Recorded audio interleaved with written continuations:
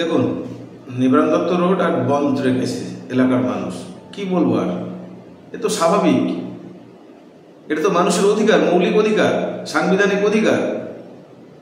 এখানে তো সব অধিকার খেয়ে নিয়েছে, খণ্ডন করে নিয়েছে। ভোটে দাঁড়ানোর অধিকার, ভোটের অধিকার, তার সাধারণভাবে জীবনযাপন করার অধিকার, বিরোধী বলে থাকতে পারবে না।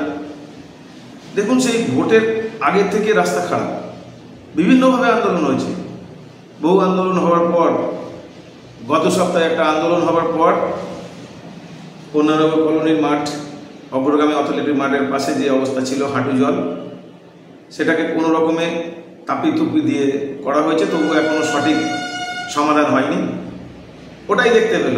বাকি যে আমতলা থেকে যাওয়ার পর নিবারণ দত্ত রোড, ওখানে যে আমতলা সিনেমলের পরে একটা সমিল আছে, সমিলের সামনে ওখানে প্রায় 100 মিটারের মতো খারাপ অবস্থা, খুব খারাপ অবস্থা। তারপরেই চলে আসুন রেজিস্ট্রি অফিসের পরেই সিঙ্গির মোড়, সেখানে আরও বিকট অবস্থা।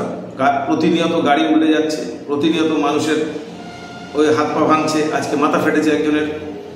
তো এরকম প্রতিনিয়ত চলছে, সেটার দিকে নেই, সেখানটা একটু তাপ্পি দিয়ে ব্যাস চলে গেল। এখানে যে অবস্থা আরও করুণ হয়ে গেল, সেটা দেখলো না। নামে মাত্র শুধু এমএলএ একদিন ইনকোয়ারি এলো, বিডিও প্রশাসন ইঞ্জিনিয়ার কাদের নিয়ে এলো জানি না, ড্রেন খুঁজতে এসছে। ড্রেনগুলোকে সব খেয়ে নিয়ে তোলাবাজি, প্রমোটিং, সিন্ডিকেট করে আজকে কাঠ জমিতে জল ফেলে ঠিক করতে পারছে না, সব নিজেদের প্রমোটিং। তো সেখানে দেখা গেল ঘটা করে নিবারণ দত্ত রোডের ডান দিক দিয়ে, যদি আমরা আমতলার দিক থেকে আসি, ডান দিক দিয়ে বিশাল আকারে ড্রেন তৈরি হলো।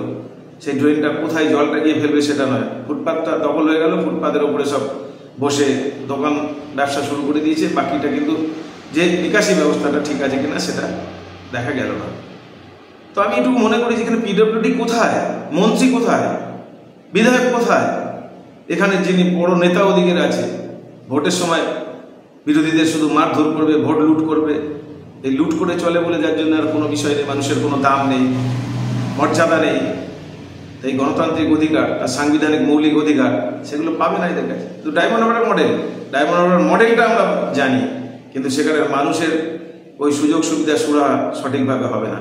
শুধু কিছু কায়দা শিখে ভোট লুট করে, ভোট না দিতে দিয়ে কাউন্টিংয়ে আজকে জুলুমবাজি করে ভোটে জেতা। তো আমরা মনে করব যে আবারও আজকে যে সারাদিন এই সিঙ্গির মোড়ের এলাকাবাসী তারা আন্দোলন করছে সকাল 10টা থেকে 5টা পর্যন্ত, এবং বন্ধ এখনও চলছে।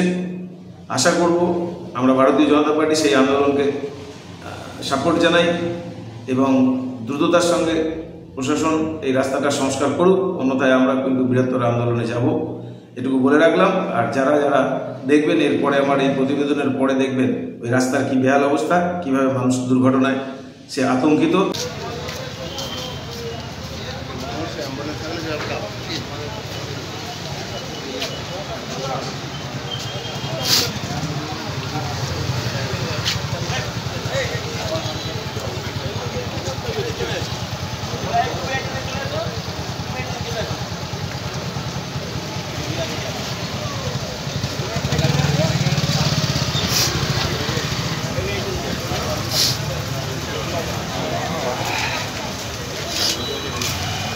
वीडियो का अच्छा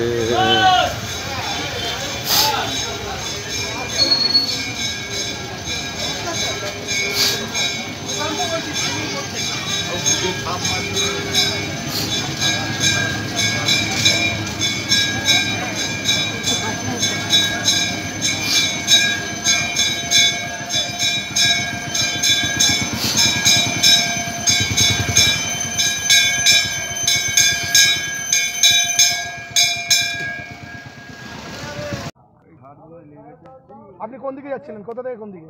আমি মাদ্রাসার কালেকশন করবো বলে। আচ্ছা, বাঁকড়ার দিকে যাচ্ছি। হ্যাঁ। আর এই আমাদের এখানটা, এটা কি জায়গা? সিঙ্গির মোড়ে। সিঙ্গের মোড়ের এখানে রাস্তা এত খারাপ হয়ে আছে, গাড্ডাগুডি ভর্তি। তা মোটামুটি গাড়িটা বুঝতে পারিনি, গাড্ডার মধ্যে পড়েছে।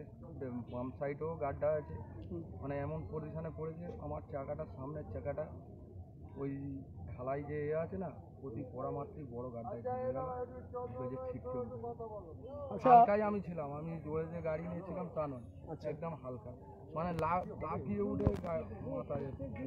এর জন্য আপনার প্রতিবাদ তো আছে, আপনার যে রাস্তা নেমেছি আপনার জন্য। রাস্তাটা হলে সবাইয়েরই ভালো হবে, সেই কারণে রাস্তাটা করার দরকার আছে। এই স্টুডেন্ট একটু মারপিট পরে কি হয়েছে মাথায় কত সেলাই পড়লো? মাথায় 3খানা সেলাই পড়েছে, 2-3খানা সেলাই পড়েছে। ঠিক আছে আমার